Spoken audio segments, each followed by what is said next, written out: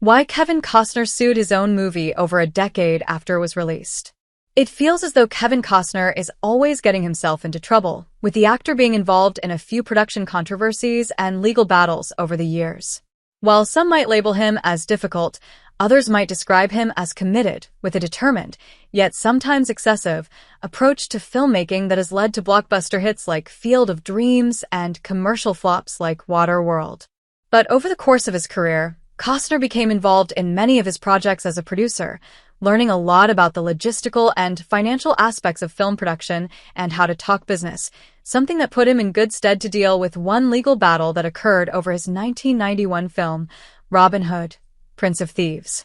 Directed by Kevin Reynolds, the film charted the traditional story of Robin Hood but with a twist by following a nobleman, Robin, who breaks out of prison and travels back home, only to discover that his father has been killed, aiming to take revenge and save the kingdom from an evil sheriff.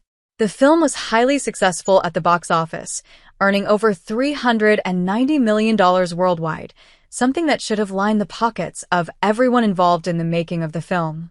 But Costner was allegedly screwed out of his promised share, with the actor later suing the production company for not paying him his portion of the profits.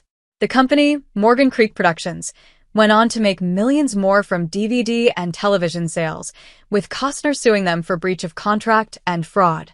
When filing his lawsuit, he said, "Every actor hopes to star in a great movie that makes substantial profits. But if you're hoping to earn profits based on the success of your film and you want to be paid on a timely basis, then one company you certainly do not want to do business with is defendant Morgan Creek Productions."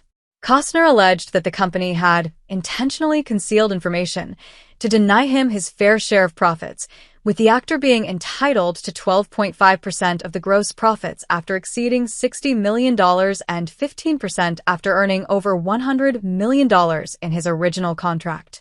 Sadly, even being a huge movie star doesn't protect you from this kind of deception and corruption in the film industry, with many actors having their contracts breached by huge production companies who only care about one thing: making as much money as possible. We also saw this recently through Scarlett Johansson's feud with Disney, who breached her contract by releasing Black Widow on their streaming platform too soon after its cinematic release. Greed can very quickly get to your head in a business like Hollywood, with people becoming blinkered by profit and materialistic goals, choosing to screw people over in order to secure as much as they can for themselves. It's a brutal experience, but one that surely taught a tough lesson to Costner, and perhaps made him more careful about who to work with in the future.